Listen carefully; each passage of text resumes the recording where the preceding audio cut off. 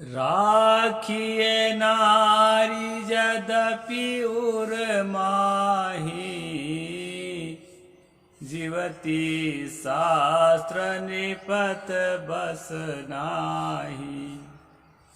नमस्कार दोस्तों, मैं अविनाश दास रेशनल कबीर यूट्यूब चैनल में आप सबका हार्दिक स्वागत करता हूं। साथियों, यदि चैनल को सब्सक्राइब नहीं किए हैं तो सब्सक्राइब जरूर करें, शेयर करके सभी ग्रुपों में अपने सभी साथियों तक पहुंचाएं, बेल आइकन को प्रेस करें, ऑल नोटिफिकेशन ऑन रखें ताकि हर नया अपडेट आप तक पहुंच सके। लाइक और कमेंट जरूर करें दोस्तों। जैसा कि आप सबको मालूम है, रेशनल कबीर यूट्यूब चैनल का उद्देश्य किसी भी जाति, धर्म, संप्रदाय या व्यक्ति विशेष को आहत पहुंचाने का नहीं है। इस चैनल का उद्देश्य है दोस्तों, समाज में वैज्ञानिक सोच को स्थापित करना, तर्कशीलता को जन जन में प्रचारित करना। जैसा कि भारतीय संविधान के अनुच्छेद 51A(h) में कहा गया है कि हर जागरूक नागरिक का कर्तव्य है कि वो अन्य लोगों को जगाए। सतगुरु कबीर साहब ने कहा था, अब तय संभल संभाल, तुम खुद संभल जाओ और साथियों को संभालो। तो साथियों, यही काम किया जा रहा है। मैंने रामचरितमानस की एक चौपाई आपके सामने रखी है।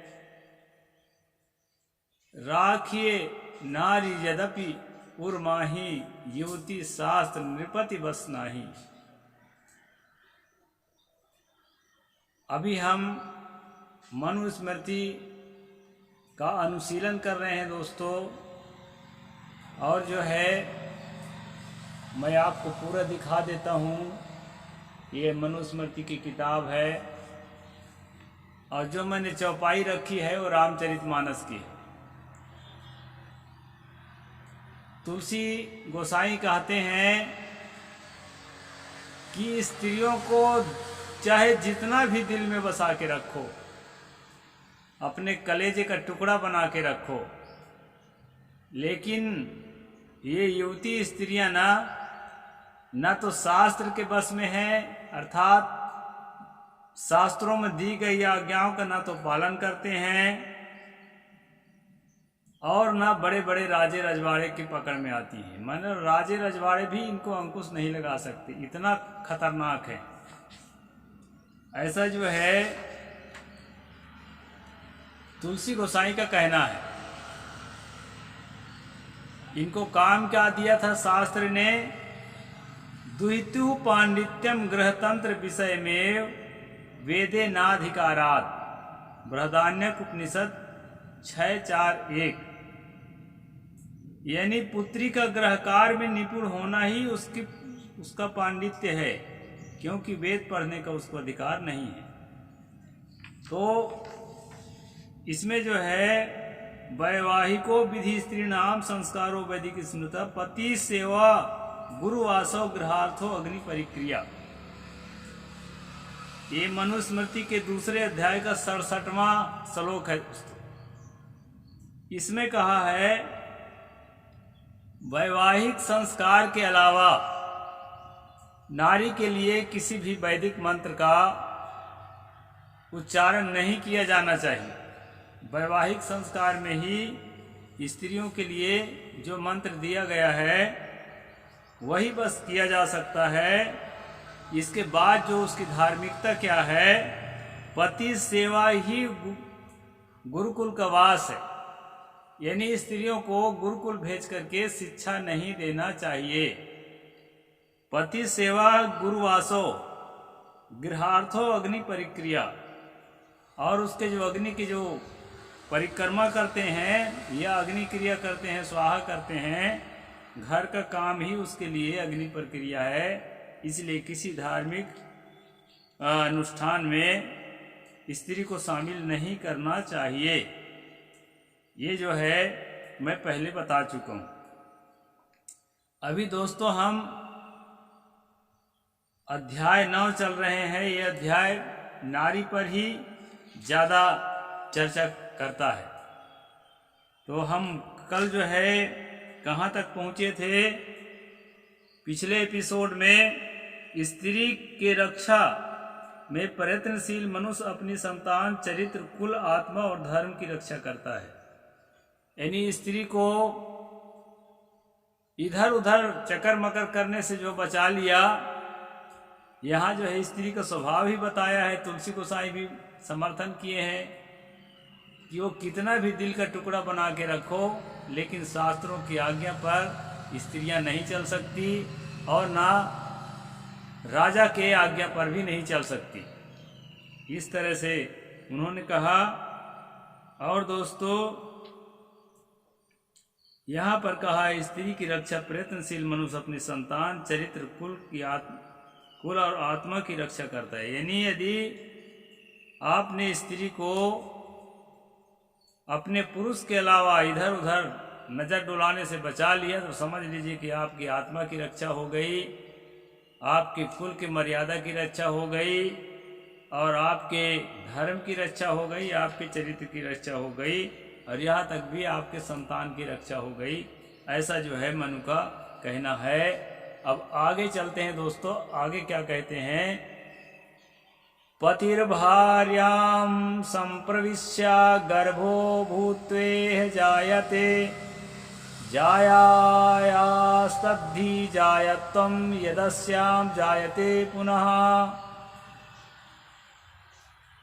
पति जो है वीर्य द्वारा स्त्री के गर्भ में प्रवेश कर संतान के रूप में उत्पन्न होता है। पति फिर स्त्री में जायमान होता है, यही स्त्री का जायत्व है। यहाँ पर यह कह रहा है, मनु कह रहे हैं कि पति जो है संभोग करता है अपनी स्त्री से, तो वह स्वयं जो है वहाँ प्रवेश करता है और वहाँ से पुत्र के रूप में जन्म लेता है। यानी वही व्यक्ति। इस पागल को ये मालूम नहीं है मनु महाराज को कि जब किसी बात से एक दूसरे से खफा हो जाते हैं पिता पुत्र, तो आपस में जो है लड़ाई झगड़ा भी हो जाता है। एक ही आदमी नहीं है, एक आदमी में लड़ाई झगड़ा नहीं होती है। कभी कभी प्रेम होता है पिता पुत्र का, एक ही आदमी में प्रेम नहीं होता है। प्रेम के लिए प्रेमी और प्रिय जो है आलंबन है और प्रेमी जो है प्रवृत्त है, दो से होता है। और पिता का व्यक्तित्व, कभी कभी पिता जो है सदाचारी होता है और पुत्र को देखा जाता है कि वो शराबी कबाबी निकल जाता है। और कभी कभी शराबी कबाबी पिता का पुत्र जो है बहुत सज्जन और सदाचारी निकल जाता है। दोनों का व्यक्तित्व अलग अलग है। हर आदमी का अपना अपना अस्तित्व है, ये हमें समझ लेना चाहिए। इसलिए जो है मनु का कथन जो है कि पति ही वहाँ प्रवेश करता है और एक नए रूप में, एक नए अवतार में संसार में पुत्र बनकर आता है। ये बात जो है इस पर मैं सहमत नहीं हूँ। यादृशं भजते ही स्त्री सुतं सूते तथा विधम तस्मात् प्रजा विशुद्ध्यर्थम स्त्रियः रक्षेत प्रयत्नतः। जैसे पुरुष के साथ स्त्री समागम करती है, वैसे ही संतान उत्पन्न करती है। इसलिए शूद्र संतान उत्पादन के प्रयत्न करके स्त्री की रक्षा करे। यहाँ शूद्र के लिए भी कहा है, शूद्र शब्द, हाँ, शूद्र के लिए भी कहा है कि जिस प्रकार जो है स्त्री जैसे पुरुष से समागम करती है, वैसे ही जो है उसके संतान होते हैं। मतलब शूद्र भी अपनी स्त्रियों की रक्षा करे ताकि दूसरे वर्ण के लोग जो हैं उसके साथ शारीरिक संबंध न बनाने पाए। ना कश्चिद्योषितः सक्तः प्रसद्यः परिरक्षितुम् एतैर्पायोगैस्तु शक्यास्ताः परिरक्षितुम्। बल प्रयोग से कोई भी पुरुष स्त्रियों की रक्षा नहीं कर सकता, किंतु नीचे लिखे उपायों से रक्षा कर सकता है। यहाँ रक्षा का मतलब कई लोग वर्तमान में जो रक्षा शब्द तो जो अर्थ है वो अर्थ लगाते हैं, लेकिन दोस्तों यहाँ रक्षा का अर्थ है उसको जो है कंट्रोल में रखना, क्योंकि रक्षा के लिए बल प्रयोग करना ये जो है यहाँ पर दिया है ये सेट नहीं होता है।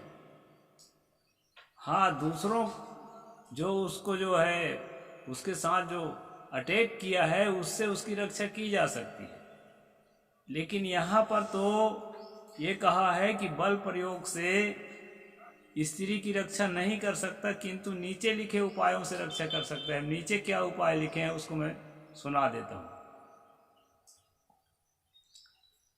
अर्थस्य संग्रहे चैनानम व्यये चैवं नियोजयेत् शौचे धर्मे अन्नपक्यां च परिहारस्य वीक्षणे। ये 9वां अध्याय के 11वां नंबर श्लोक है दोस्तों, मनुस्मृति।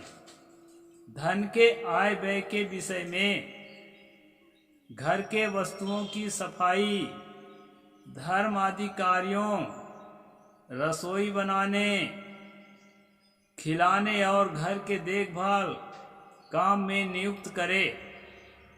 यहाँ पर बताया है कि स्त्री को जो है बाहर निकलने ही मत दो, तभी वो सुरक्षित रहेगी। उसके धन के आय व्यय के हिसाब किताब में लगा दो। अब यहाँ पढ़ने का हक तो दिया नहीं है, यहाँ पहले ही बता दिया है पति सेवा गुरु वासो, पति की सेवा करना ही, ये दूसरा अध्याय में है, पति की सेवा करना ही गुरुकुल वास है। और जो है आगे कहते हैं गृहार्थो अग्नि परिक्रिया, घर का काम करना ही है उसके लिए अग्नि प्रक्रिया। अग्नि प्रक्रिया मतलब धार्मिक अनुष्ठान। मनु के जमाने में यज्ञ हवन बहुत चलता था, उसी को अग्नि प्रक्रिया कहा गया। तो साथियों, एक और धार्मिक कार्य को जो है प्रतिषेध करता है मनु, और दूसरी ओर यहाँ कह रहे हैं कि धार्मिक कार्यों में उसको लगा दो ताकि बाहर ना निकलने पाए। ये जो है आपको विरोध महसूस होता है वचनों में, और ये जो है आप जगह जगह जो है मनुस्मृति में देखेंगे कि अपने ही वचन के विपरीत वचन जो है इसमें दिया गया है। यानी किसी पन्ने में कुछ लिखा है, किसी पन्ने में अपनी ही बातों का खंडन किया है। ये चीज जो है मनुस्मृति की विशेषता है। तो यहाँ पर कहा है कि आय व्यय के विषय में, घर के वस्तुओं की सफाई में, कई डब्बा डुब्बी को पोंछते रहे, झाड़ू पोंछा लगाते रहे, बर्तन साफ करते रहे, कपड़े साफ करते रहे, इस तरह कामों में औरत को लगाना चाहिए।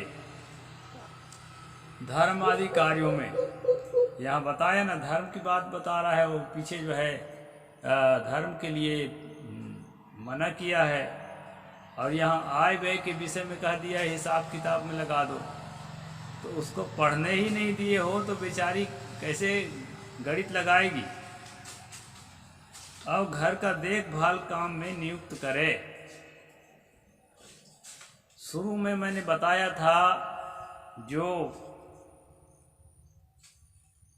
बृहदारण्यक उपनिषद की जो वाणी है, दुहितु पांडित्यम गृहतंत्र विषय में वेदे नाधिकारात्, तो उसी बात को यहाँ मनु ने पूरा विस्तार कर दिया है कि उसको किस काम में लगाना है। घर धन के आय व्यय के में, घर के वस्तुओं की सफाई में, धर्म आदि कार्यों में, रसोई बनाने में, भोजन पकाने में लगा, उसको खिलाने और घर का देखभाल करने में।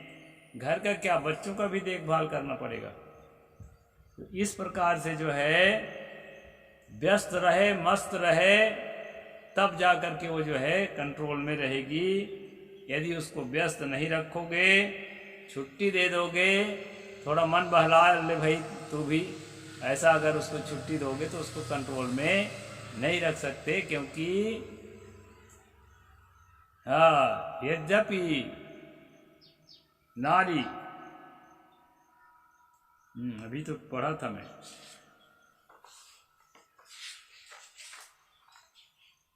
राखिए नार यजपि उर्माही, युवती शास्त्र निपत बस नहीं। यानी यहाँ पर कहा है कि कितना भी उसको दिल में बसा के रखोगे, लेकिन आपके पकड़ के बाहर है, वो जो है अविश्वसनीय है, और किसी भी तरह से उसको गुलाम बना करके एकदम काम में व्यस्त रहो सुबह से शाम तक, तभी जो है वो सुरक्षित रहेगी। नहीं इधर उधर जा कर के चक्कर मकर करेगी जरूर, उसको आप नहीं रोक सकते।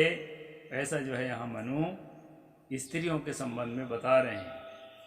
समय का प्रभाव है दोस्तों, उस समय ऐसी मानसिकता लोगों में थी, इसलिए वो स्वीकार करते थे।